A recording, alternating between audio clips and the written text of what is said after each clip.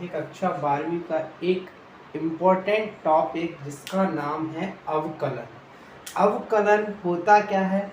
अवकलन का मतलब होता है किसी भी बड़े पार्ट्स को छोटे छोटे पार्ट्सों में तोड़ना, किसी बड़े पार्ट्स को छोटे छोटे पार्ट्सों में तोड़ना।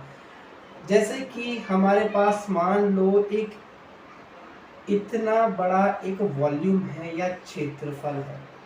इस क्षेत्रफल का हमें अगर मान लो एरिया निकालना है तो हम क्या निकालेंगे? पहले क्या करेंगे, हम इसका एक स्ट्रिप काटेंगे, छोटा सा स्ट्रिप काटेंगे और इस स्ट्रिप को काटने के बाद इसका क्या करेंगे? हम क्या करेंगे? अवकलन करेंगे। क्या करेंगे? अवकलन।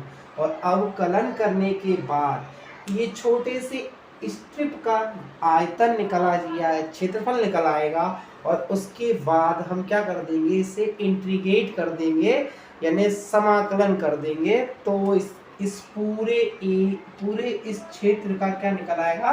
क्षेत्रफल निकल आएगा। तो अवकलन का मतलब होता है कि किसी भी प्रोडक्ट को छोटे छोटे पार्टों में डिवाइड करना और उसके बाद उन्हीं छोटे छोटे पार्टों को जब हम जोड़ देते हैं तो उसी को हम बोलते हैं समाकलन। तो आइए, अवकलन करने के जो पुरानी मेथड है उसे बोलते हैं प्रथम सिद्धांत।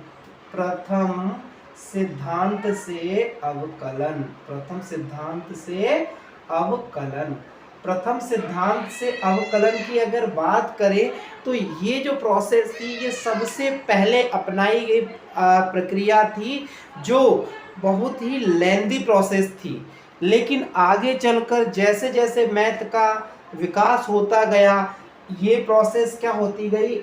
अनयूजफुल होती गई यानी अनुपयोगी होती चली गई। अनुपयोगी तो नहीं बोल सकते, लेकिन जो पहले जो अवकलन हुआ करते थे वो प्रथम सिद्धांत से ही अवकलन हुआ करते थे। लेकिन आज के दौर में आज जो है इसके बहुत सारे फॉर्मूले निकल चुके हैं, बहुत सारे इसके फॉर्मूले आ चुके हैं जिनकी सहायता से हम अवकलन बहुत ही आसानी से कर पाते हैं।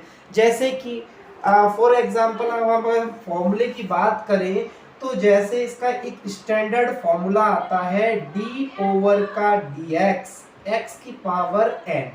यहाँ पर x की जो पावर है वो n है तो इसका जो फॉर्मूला निकाला है वो है n x की power n minus 1। n x की पावर n माइनस 1। इसकी सहायता से हम किसी भी अवकलन को बहुत ही आसानी से कर सकते हैं। बहुत ही आसानी से हम इसका आंसर निकाल सकते हैं कुछ ही सेकंडों में बनिस्पत प्रथम सिद्धांत के अवकलन से। प्रथम सिद्धांत के अवकलन में दिक्कत ये है कि उसमें टाइम बहुत लगता है। ये बहुत ही लेंदी प्रोसेस है। इसको हम जो निकालते हैं वो क्या निकालते हैं? लिमिट मेथड से हम इसका आंसर निकालते हैं। उसकी हम बात अभी नहीं करेंगे, जब हम लिमिट चैप्टर पढ़ेंगे तब इसकी बात करेंगे। आज हम बात करते हैं अवकलन, और अवकलन का भी आज हम बेसिक पार्ट करेंगे और जो है हम कल से जो है इसका चैप्टर वाइज हम पूरे सवालों को हल करेंगे बिल्कुल आसान तरीके से। और इतना ध्यान रखो, बस हमारे साथ बने रहें। हम आपको कक्षा 12th का मैथ पूरा करवाएंगे बिल्कुल फ्री। आप YouTube पे हमारे साथ बस बने रहिए।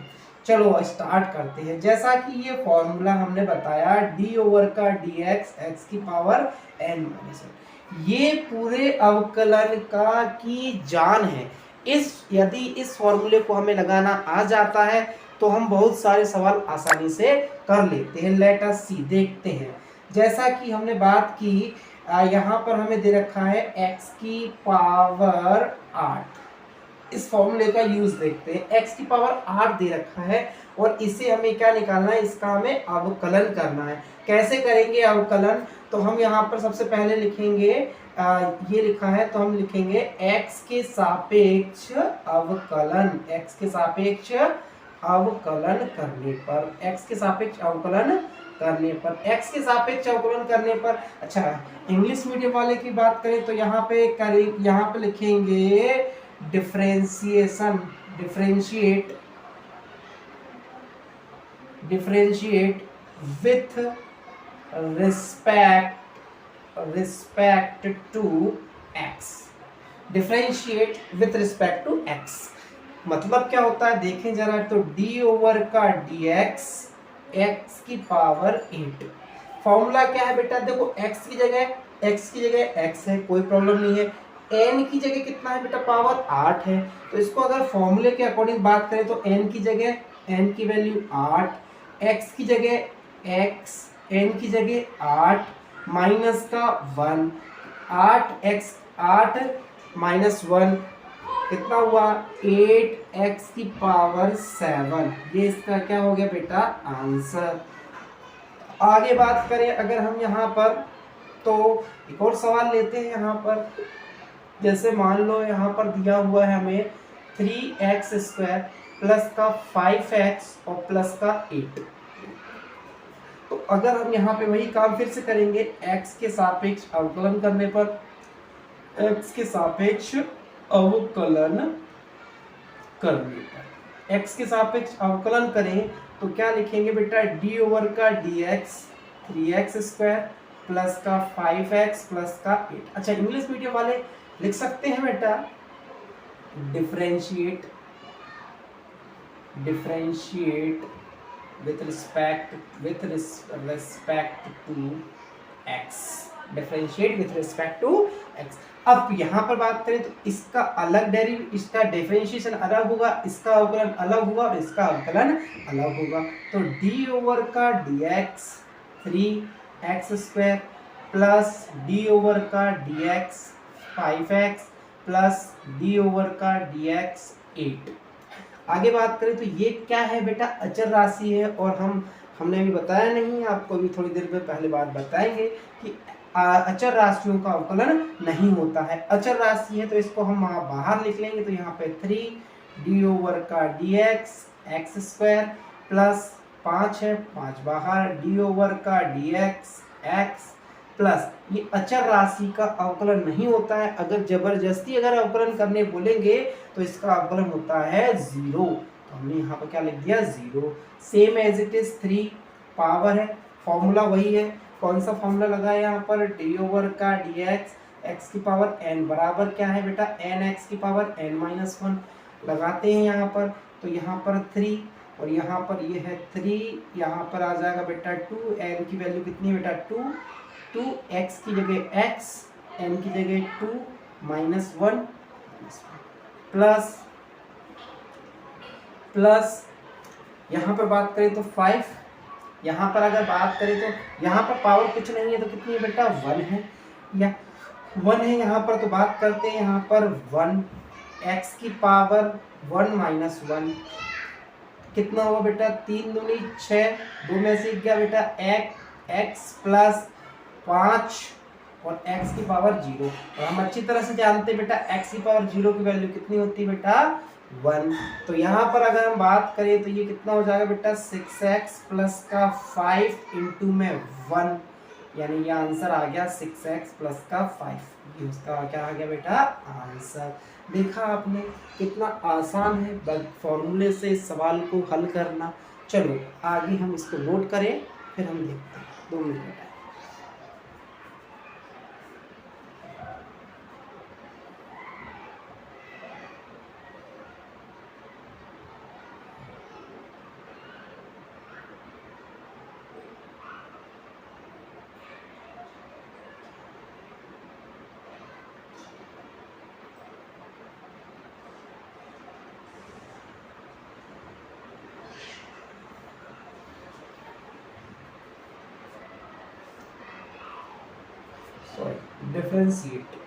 डिफरेंशिएट इंग्लिश देख लिया करो बेटा, मैं बोलता सही हूँ तो कभी कभार स्पेलिंग मिस्टेक हो सकती है, बाकी उसको देख लिया करो, ठीक है।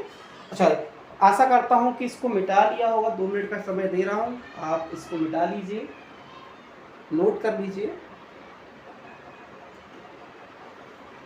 पेन और कॉपी लिख के बैठा करिए, क्योंकि बगैर पेन और कॉपी के आप कुछ नहीं कर पाओगे।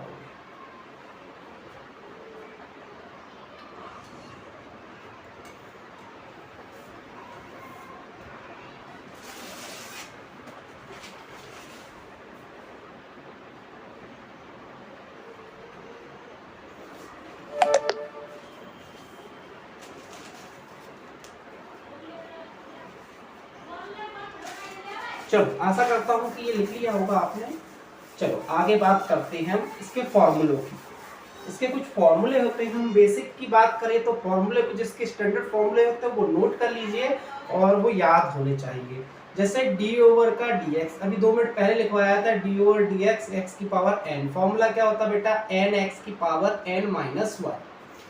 अब इसका एक फॉर्मूला, स्टैंडर्ड फॉर्मूला अभी 2 मिनट पहले हमने बात की थी, डी ओवर का डी एक्स इसकी पावर एक्स अगर हो तो इसकी वैल्यू डायरेक्ट एक होती है। हमने 2 मिनट पहले इसी फॉर्मूले की सहायता से ये निकाला था। यहाँ पर एक और वैल्यू होती है, स्टैंडर्ड वैल्यू याद रखो, अंडर रूट एक्स, इसकी वैल्यू होती है 1/2 अंडर रूट का एक्स। 1/2 अंडर रूट एक्स इसकी वैल्यू होती है फाइनल। कैसे आती है मैं 2 सेकंड में भी बताता हूँ आपको। जैसे कि यहाँ पर दे रखा है डी ओवर का d x under root x. Under root x को क्या लिख सकता हूँ बेटा, अंडर रूट एक्स है यहाँ पर। अंडर रूट एक्स को मैं ऐसा लिख सकता हूँ क्या बेटा, डी ओवर का डी एक्स एक्स की पावर 1/2 लिख सकता हूँ। अब ये किसकी वैल्यू बेटा, n की वैल्यू है, तो n की जगह मैंने लिखा 1/n, n x की जगह x, n की जगह 1/2, -1 तो -1। आगे देखें तो ये क्या हो जाएगा बेटा, 1/2 x। एलसीएम लोगे तो एलसीएम बहुत सारे लोगों को आता होगा, तो देखो जरा 2 एकम 2, तो 1 - 2/2 बराबर 1/2। एक्स की पावर माइनस का 2 में से 1 गया तो क्या बचा बेटा, एक बड़ी संख्या माइनस की है, रिजल्ट काय में आता बेटा, माइनस में। अगर हम आगे बात करें यहाँ पर तो -1/2। हमने एक फॉर्मूला कक्षा 6 या 7 में पढ़ा होगा, एक्स की पावर -1 हो तो हम क्या कर सकते हैं, 1/x की पावर n, पावर नीचे आ जाती है, एज इट इज 1/2 एक्स की पावर इंटू 1/x की पावर कितना आ गया, 1/2। 1/2 है तो इसको क्या लिख सकता हूँ बेटा, 1/2, और इसको लिख सकता हूँ अंडर रूट एक्स। देखा, इतना करने की कोई जरूरत नहीं है।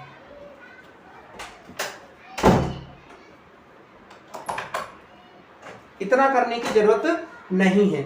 यहाँ पर हमें बात डायरेक्ट याद रखना है, जो मैं बता रहा हूँ उतना करते जाए, बाकी आपकी इच्छा है। मैंने दोनों तरीके बता दिए हैं, आपको सॉल्व करना हो तो सॉल्व कर सकते हैं, बाकी जो करना चाहो वो कर सकते हो। आगे देखते हैं फॉर्मूला, डी ओवर का डी एक्स लॉग एक्स, इसकी वैल्यू होती है बेटा 1/, याद रखना बेटा यहाँ पे बेस में होता है ई, अगर ये एंटी लॉग है तभी ये काम करता है, बेस में ई होना चाहिए, अदरवाइज इसका फॉर्मूला दूसरा हो जाता है, वो हम बाद में बात करेंगे, अभी हम उसकी बात नहीं कर रहे। डी ओवर का डी एक्स, यहाँ पे मान लो यहाँ पे दे रखा है e की पावर x, तो इसका अवकलन होता है e की पावर x।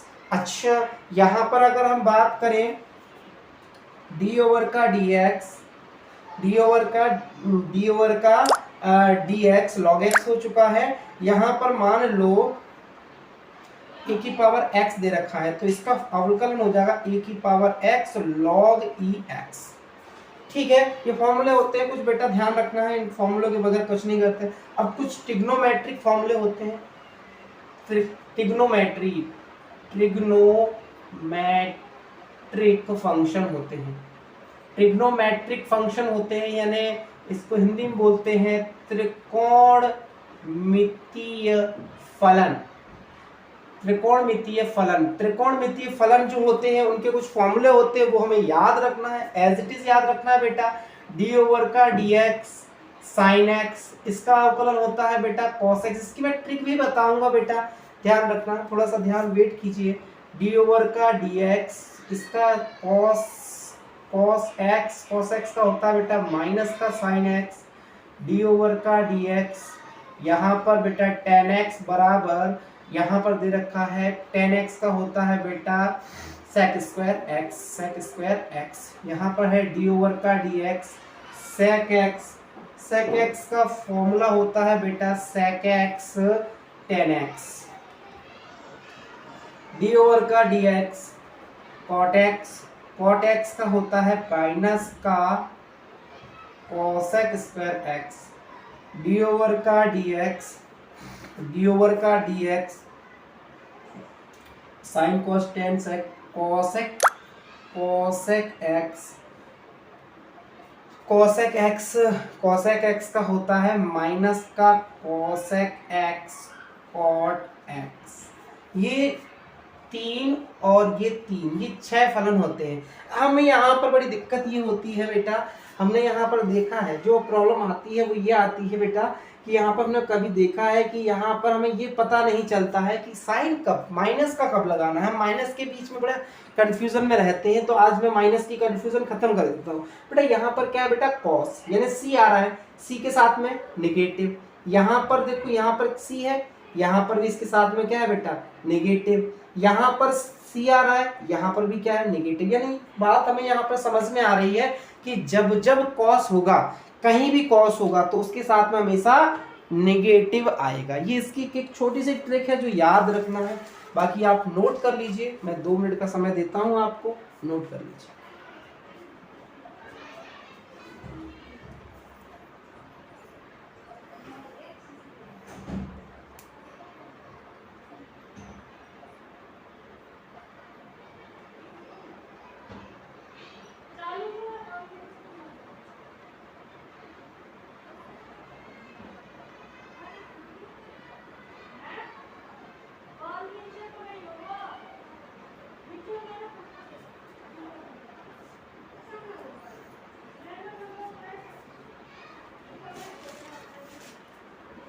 आशा करता हूँ आपने नोट कर लिया होगा।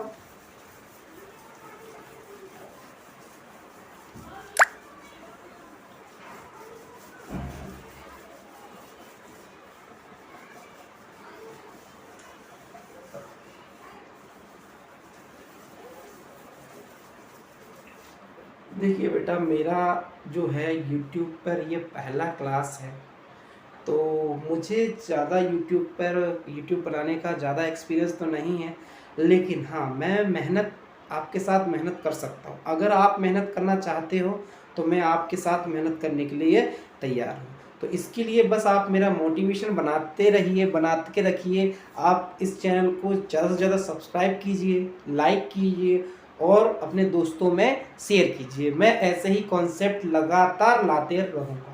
तो हम ज़्यादा समय बर्बाद ना करते हुए अपने टॉपिक पर आते हैं और कुछ सवाल करते हैं। बस थोड़ा 2-5 मिनट और क्लास लेते हैं, उसके बाद हम कल से इस क्लास को कंटिन्यू करेंगे और आगे के सवालों के बारे में बात करेंगे। कल से हम कक्षा 12th के जो है, हाँ, मैं एक बात याद रखना बेटा, मैं बाइलिंगुअल बात करूँगा। मैं हिंदी और इंग्लिश दोनों को साथ में पढ़ाते चलूँगा। तो ये कतई मत सोचना कि हिंदी मीडियम वाले छात्र ये सोचें कि हाँ कि सर जो है हिंदी में ज़्यादा नहीं इंग्लिश में ज़्यादा बोल रहे हैं। मैं दोनों ही भाषाओं में आपको बराबर प्रोपोगेट करता रहूँगा, यानी डिक्टेट करता रहूँगा। ठीक है, तो कुछ सवाल देखते हैं आज। जैसे मान लो यहाँ पर दे रखा है d/का dx और यहाँ पर दे रखा है 10x। ये डायरेक्ट फॉर्मूला है बेटा, अगर फॉर्मूला याद है तो डायरेक्ट हो जाएगा, अदरवाइज नहीं हो पाएगा। जैसे कि हमने 2 मिनट पहले बताया था, 10x का डिफरेंशिएशन क्या होता है बेटा, sec x और 10x। क्या माइनस आएगा? सर नहीं आएगा। क्यों? सर आपने बताया था अगर यहाँ पर cos c आएगा तो माइनस होगा, अदरवाइज प्लस ही होगा। डेफिनेट है बात। आगे बात करते हैं d/का dx। अगर यहाँ पर बात करें तो सर अगर मान लो यहाँ पर sec x और प्लस का 10x आ जाए, तो 2 फंक्शन आ जाए तो कोई दिक्कत नहीं है। हम यहाँ पे बात करेंगे x के सापेक्ष अवकलन करने पर, x के सापेक्ष अवकलन करने पर यहाँ पर हम x के सापेक्ष अवकलन करेंगे। इसमें बात करें तो differentiate with respect to x। अच्छा, ये विथ रिस्पेक्ट टू x का मतलब ये होता है हम ये नीचे वाला फंक्शन के सापेक्ष अवकलन कर रहे हैं। अगर ये t का फंक्शन होता तो हम किसके सापेक्ष करते बेटा, t के सापेक्ष करेंगे। ये बड़ा ध्यान रखना। आगे जब करते जाएंगे तो आपको ज़्यादा आपको इसकी प्रॉब्लम सॉल्व होती चली जाएगी, कोई प्रॉब्लम वाली बात नहीं है। आगे देखते हैं, तो इसको डिफरेंशिएट करते हैं बेटा, दोनों ही फंक्शन को करेंगे। तो d/का dx sec x प्लस d/का dx 10x। sec x का डिफरेंशिएशन क्या होता है बेटा, अभी 2 मिनट पहले ही बताया था बेटा। sec x का डिफरेंशिएशन यानी अवकलन sec x 10x होता है, प्लस 10x का क्या होता है बेटा, 10x का सर आपने भी वो 2 सेकंड पहले बताया था बेटा sec² x होता है। वाह, हम तो अवकलन बड़ी आसानी से सीखते जाने जा रहे हैं, क्या बात है। अब अगर इसको थोड़ा सा और अगर करना है तो हम यहाँ पे देखो दोनों में से sec x, यहाँ भी sec x से कॉमन ले सकते हैं बेटा sec x, तो आंसर क्या आ जाएगा बेटा tan x प्लस का sec x, ये इसका क्या हो जाएगा बेटा आंसर। तो आई होप आपको अवकलन कुछ थोड़ा सा समझ में आया होगा।